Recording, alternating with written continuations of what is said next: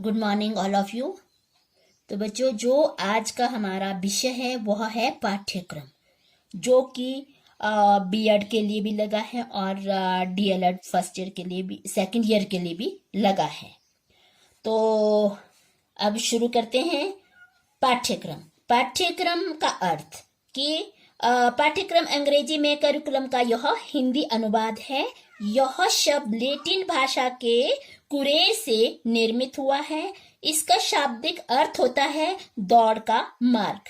इस आधार पर पाठ्यक्रम का अर्थ होगा शिक्षा संबंधी दौड़ का वह मार्ग जिस पर भागकर बच्चे अपने व्यक्तित्व का विकास करते हैं।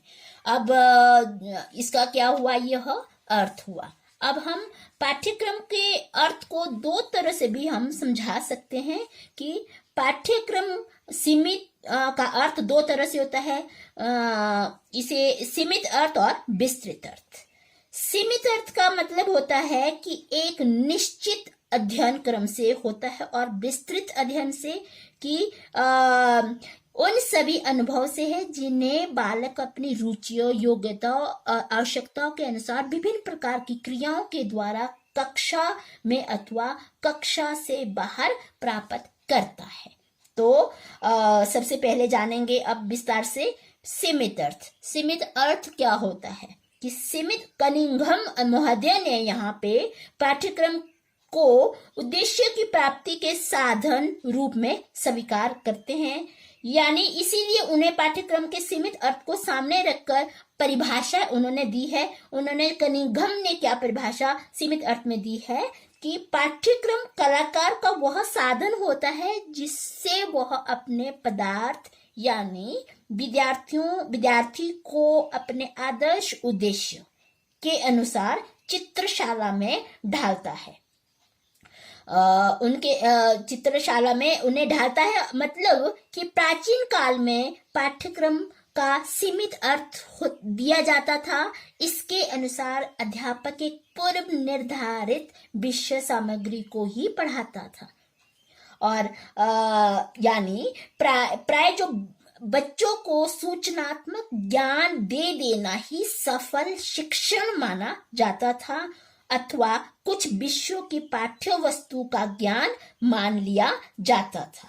इसके अनुसार इसकी परिभाषा देते हुए डॉक्टर सुरेंद्र सिंह कादियान ने लिखा है सीमित अर्थ में कि पाठ्यक्रम विद्यार्थी के लिए निर्धारित निर्देशन सामग्री होती है। पाठ्यक्रम की इस संकुचित धारणा को लोगों द्वारा इसीलिए भी मान्यता मिली है क्योंकि यह परिभाषा अस्पष्टता से युक्त है। इस धारणा में अध्यापक को यह लाभ है कि उसे पता है कि उसे कक्षा में कौन कौन से विषयों को कितने मात्रा में उसे पढ़ाना है, परंतु धीरे धीरे शैक्षणिक क्षेत्रों में यह अनुभव होने लगा है कि अध्ययन का लिखित निर्धारित पाठ्यक्रम कक्षा की वास्तविक स्थिति से कोई संबंध नहीं रखता। और विस्तृत अर्थ में विस्तृत अर्थ को समझ लो कि विस्तृत अर्थ होता क्या है कि आधुनिक पाठ्यक्रम की अवधारणा में पाठ्यक्रम के विस्तृत अर्थ को स्वीकार किया जाता है, यानी पाठ्यक्रम की विस्तृत धारणा के अनुसार पाठ्यक्रम में नियोजित शिक्षा के उद्देश्यों को प्राप्त करने के लिए विद्यालय अथवा विद्यालय से बाहर जो कुछ भी नियोजित किया जाता है वह सब पाठ्यक्रम में सम्मिलित होता है। यानी जो बच्चा औपचारिक तरीके से भी और अनौपचारिक तरीके से भी जो कुछ एक्टिविटी करता है, जो कुछ भी सीखता है, वह सभी विस्तृत उसमें पाठ्यक्रम में आता है। यहाँ पे विस्तृत अर्थ के संबंध में अलग अलग यहाँ पे परिभाषा दी है। यहाँ पे हार्न कहते हैं कि पाठ्यक्रम वह है जिससे बालक को पढ़ाया जाता है। यह सीखने तथा शांति पूर्वक पढ़ने से अधिक होता है, और इसमें क्या होता है कि संबंध, उद्योग, व्यवसाय, ज्ञानोपार्जन, अभ्यास, क्रियाएं सम्मिलित इसमें होती है। और इस प्रकार जो विद्यार्थी के स्नायु मंडल के संगठन में होने वाली गतियों तथा संवेदनात्मक तत्वों को भी इसमें व्यक्त किया जाता है।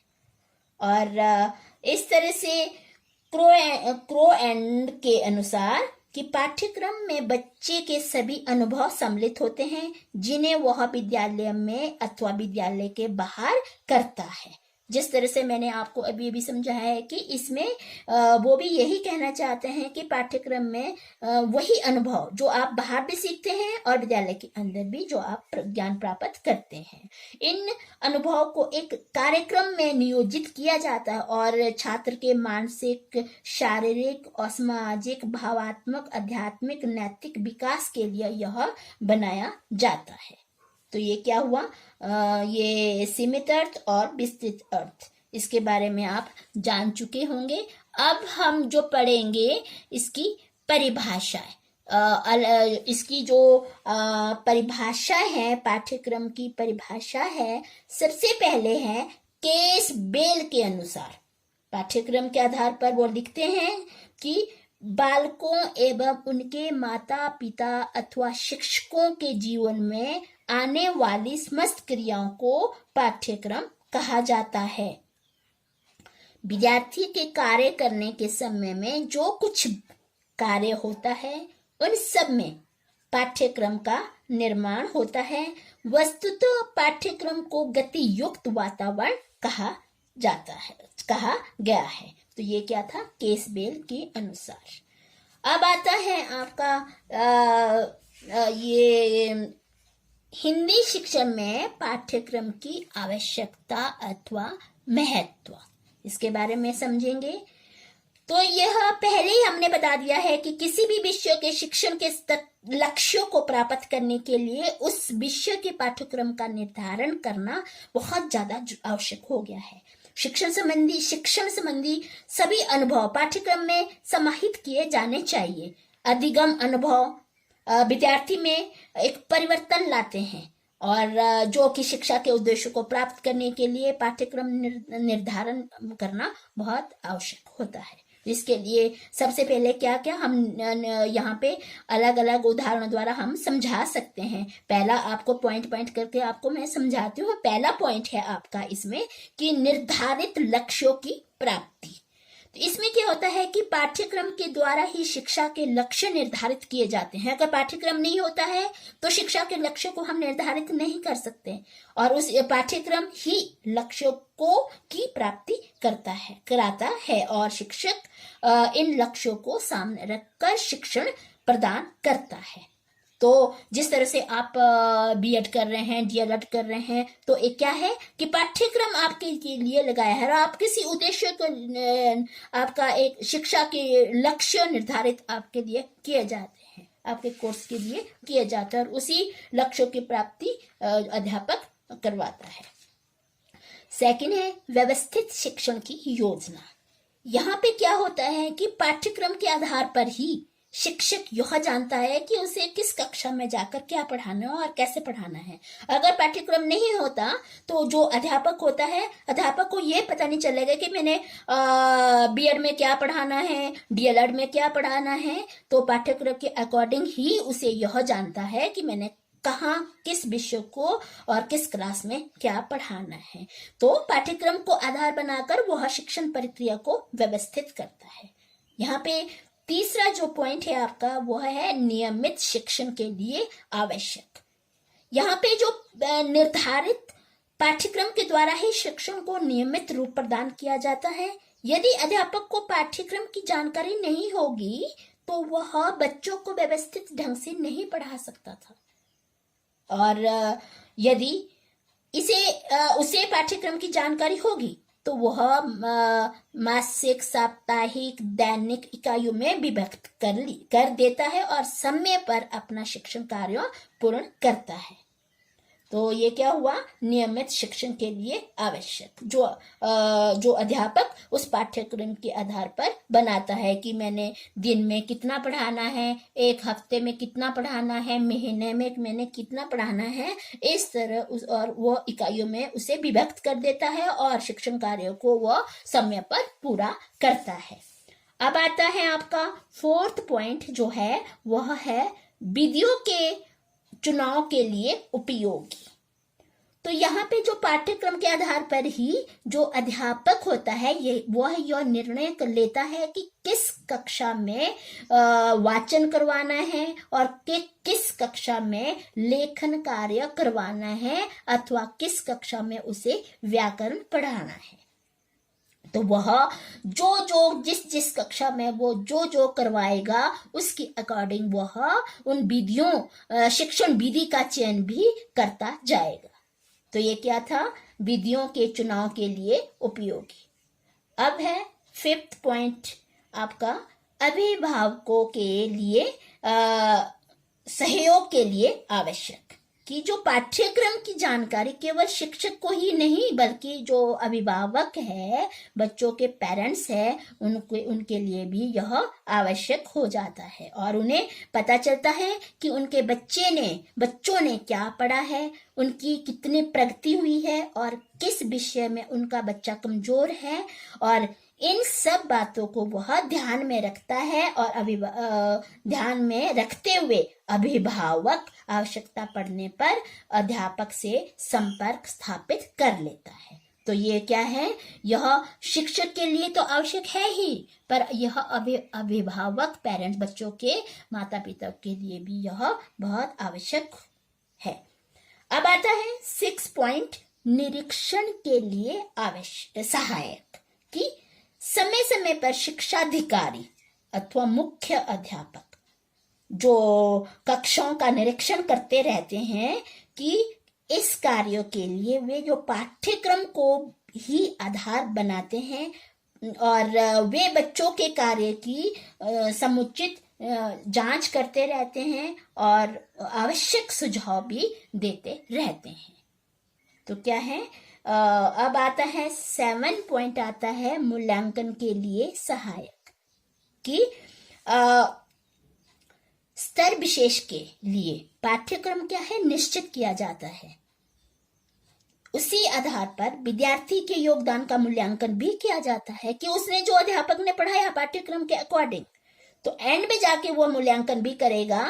यदि स्तर विशेष के लिए पाठ्यक्रम ही नहीं होगा तो जो अध्यापक होता है विद्यार्थियों की योग्यता का मूल्यांकन ही नहीं कर सकेगा, और यदि पाठ्यक्रम होगा तो वह आसानी से बच्चों की योग्यता का मूल्यांकन कर सकेगा।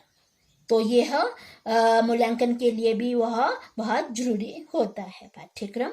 तो 8 पॉइंट है समय की बचत, कि जो पाठ्यक्रम से शिक्षक और विद्यार्थी दोनों के दायित्व तो निश्चित हो जाते हैं। यदि पाठ्यक्रम निश्चित होता है तो विद्यार्थी को पता चलता है कि उसे क्या सीखना है, और अध्यापक को भी यह पता होता है कि उसे क्या पढ़ाना है।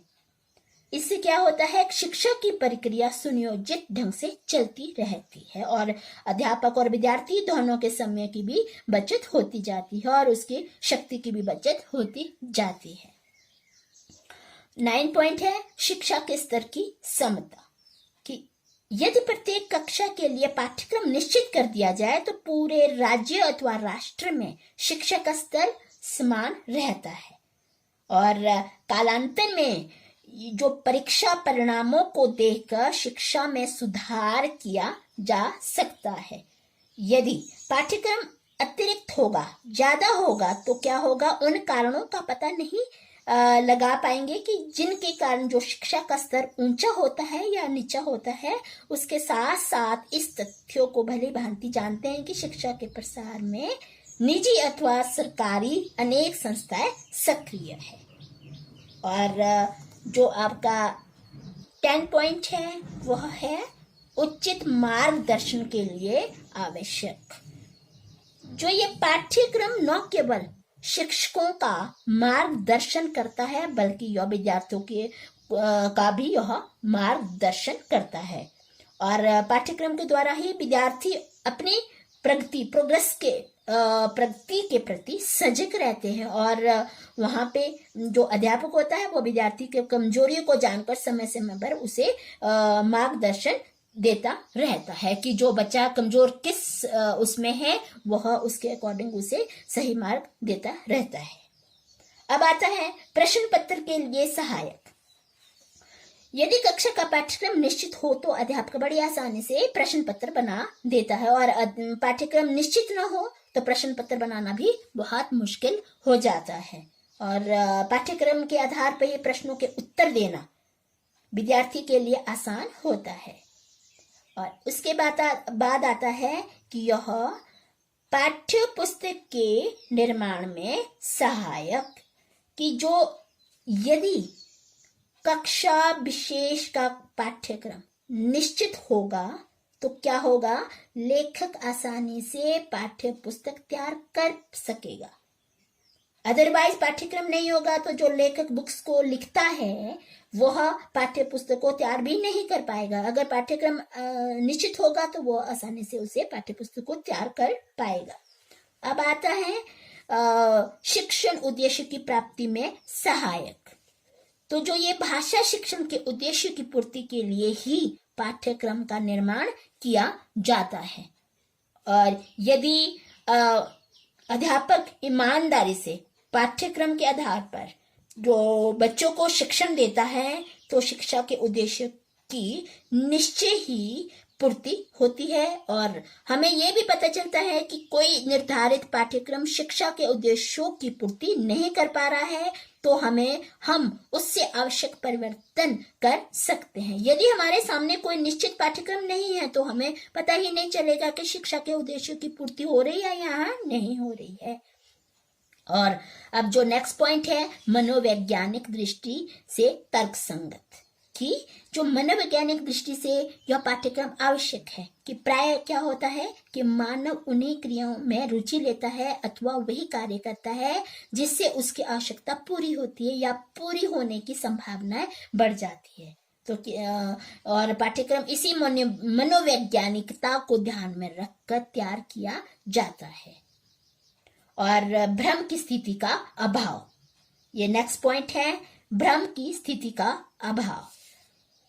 इसमें यदि जो कक्षा के लिए पाठ्यक्रम निश्चित हो जाता है तो जो अध्यापक को यह पता चल जाता है कि उसे एक वर्ष में कक्षा को क्या कुछ पढ़ाना है, उन साल में क्या अध्यापक ये पता लगा देता है कि मैंने क्या क्या पढ़ाना है। और साथ ही विद्यार्थियों को ये भी पता चलता है कि उनको शिक्षा सत्र में कितना पढ़ना है, एक साल में उसे कितना पढ़ना है। और इसीलिए दोनों में किसी प्रकार का भ्रम नहीं होता है। और विद्यार्थी और अध्यापक होते हैं दोनों ही पढ़ने पढ़ाने के लिए मानसिक रूप से क्या होते हैं, तैयार होते हैं। अब क्या था ये बच्चों, अभी तक जो हमने पढ़ा है वह ये हिंदी शिक्षण में आवश्यकता तथा महत्व, इसके बारे में आपने समझा और शायद आशा करती हूँ कि आपको समझ भी आ गया होगा। तो अब चलते हैं पाठ्यक्रम के सिद्धांत। पाठ्यक्रम के सिद्धांत की हिंदी भाषा के पाठ्यक्रम का निर्माण अनुभवी विद्वानों द्वारा किया जाना चाहिए। एक्सपर्ट विद्वानों द्वारा जो पाठ्यक्रम है वह निर्धारित किया जाना चाहिए, क्योंकि यदि पाठ्यक्रम बच्चों की बौद्धिक क्षमता के अनुकूल नहीं होगा तो कोई लाभ नहीं होगा। और दूसरा प्राथमिक है पूर्व माध्यमिक कक्षा, उच्च कक्षा, माध्यमिक तथा उच्च स्तर कक्षाओं के लिए अलग अलग पाठ्यक्रम बनाए जाने चाहिए। इस संबंध में निम्नलिखित सिद्धांतों की यहाँ पे चर्चा की जा रही है, तो मैं आपको पॉइंट करके सिद्धांत को भी आपको समझा रही हूँ। इसका सबसे पहला सिद्धांत क्या है पाठ्यक्रम का, कि पाठ्यक्रम का निर्माण मनोवैज्ञानिक हो, कि संपूर्ण शिक्षण प्रक्रिया कैसा होना चाहिए, बाल मनोवैज्ञानिक पर केंद्रित होनी चाहिए। और हम ये भी कह सकते हैं कि हिंदी भाषा का पाठ्यक्रम मनोवैज्ञानिक दृष्टि से निर्धारित किया जाना चाहिए। मैं उदाहरण के द्वारा आपको मैं समझा रही हूँ। जिस तरह से बच्चा सबसे पहले उन शब्दों का उच्चारण सीखता है जिनका प्रयोग उसके माता पिता करते हैं, क्योंकि जब सबसे पहले बच्चा घर से ही शब्दों को वो सीखता है।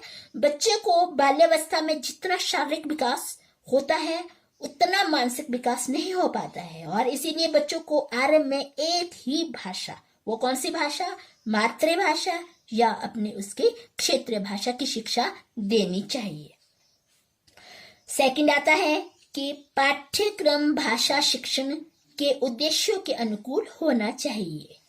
यहाँ पे जो दूसरा आपका पॉइंट है कि इसमें यह बताता है कि पाठ्यक्रम शिक्षण के उद्देश्यों की प्राप्ति का प्रमुख साधन है और किसी भी विषय का पाठ्यक्रम निर्धारित करते समय शिक्षा के मूल उद्देश्य को सामने रखना चाहिए कि किस पर्पज से उसे पढ़ाना है और यह सोचकर पाठ्यक्रम का निर्माण किया जाना चाहिए और वह भाषा शिक्षण के उद्देश्य को प्राप्त करने में अधिक सफल रहेगा अथवा नहीं।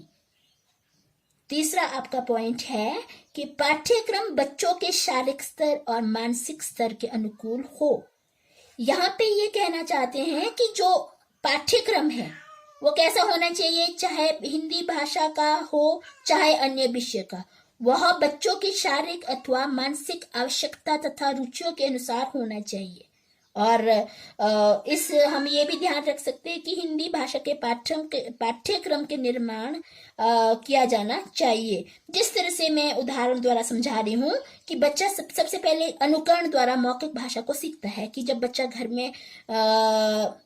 में क्या करता है कि उसे मौखिक भाषा द्वारा सबसे पहले वो सीखता है, बाद में वह क्या करता है, वह लिपि ज्ञान प्राप्त करता है। और हिंदी भाषा के पाठ्यक्रम में सबसे पहले मौखिक भाषा की ही शिक्षा दी जाए और बाद में लिखित भाषा की शिक्षा उसे दी जाए। और बच्चों की छोटी छोटी कविताएं, गीतों तथा कहानियों में अधिक रुचि होती है तो वे रंग बिरंगे चित्र देखना भी पसंद करते हैं और इसी को ध्यान में रखकर पाठ्यक्रम तैयार किया जाना चाहिए जिस आधार का वो बच्चा है, जिस स्तर का बच्चा है। फोर्थ पॉइंट है पाठ्यक्रम विस्तृत और स्पष्ट हो। यहाँ पे यह कहा जा रहा है कि पाठशाला में जो प्रवेश लेने से पहले बच्चा घर में ही मातृभाषा तक क्षेत्रीय भाषा को सीख जाता है और छोटे बच्चों के लिए भाषा के पाठ्यक्रम का निर्माण करते समय यह ध्यान रखना चाहिए कि पाठ्यक्रम विस्तृत अथवा स्पष्ट हो, जिससे बच्चा मौखिक और लिखित ज्ञान वह प्राप्त कर सके।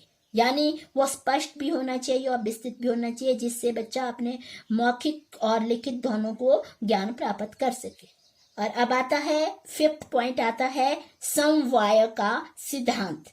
समवाय का अर्थ होता है समूह या झुंड। यानी यहाँ पे यह भी कहा जा सकता है कि जब विधि या विशिष्ट नियमों के अनुसार यहाँ पे बुद्धिजीवी आदि लोग आपस में मिलकर सबके हित को ध्यान में रखते हुए किसी कार्य को क्रियान्वित करने व उसे सफल बनाने के लिए समुचित व्यवस्था करते हैं, तब उसे समवाय कहा जा सकता है। यानी जो भी करने वाली संस्था को समवाय संस्था कहा जा सकता है। शिक्षा के क्षेत्र में ज्ञान अपने आप में एक पूर्ण इकाई होती है और इसका हमारे जीवन के साथ निकट का संबंध होता है और विभिन्न विषयों ज्ञान की छोटी छोटी इकाइयां हैं जो कि परस्पर संबंधित होती है। और भाषा क्या होती है? भाषा मात्र एक कौशल है जिसके माध्यम से बच्चों को सुनने, पढ़ने, बोलने और लिखने की कुशलता विकसित की जा सकती है। इसको कहते हैं समवाय। तो अब जो नेक्स्ट पॉइंट है, 6 पॉइंट है, वह है वातावरण से संबंध पाठ्यक्रम का निर्माण। यहाँ पे क्या है कि सच्ची शिक्षा बच्चों को जीवन के साथ जोड़ती है और जीवन के रहस्य से भी हमें अवगत करवाती रहती है। इसीलिए पाठ्यक्रम में जीवन से संबंधित घटनाओं को सम्मिलित किया जा सकता है। अब आता है 7 पॉइंट आता है उपयोगिता का सिद्धांत। यहाँ पे उपयोगिता का सिद्धांत भारतेंदु हरिश्चंद्र ने यहाँ पे लिखा है, निज भाषा उन्नति अहे सब उन्नति को मूल, बिनु निज भाषा ज्ञान के मिटत न हिये की सूल।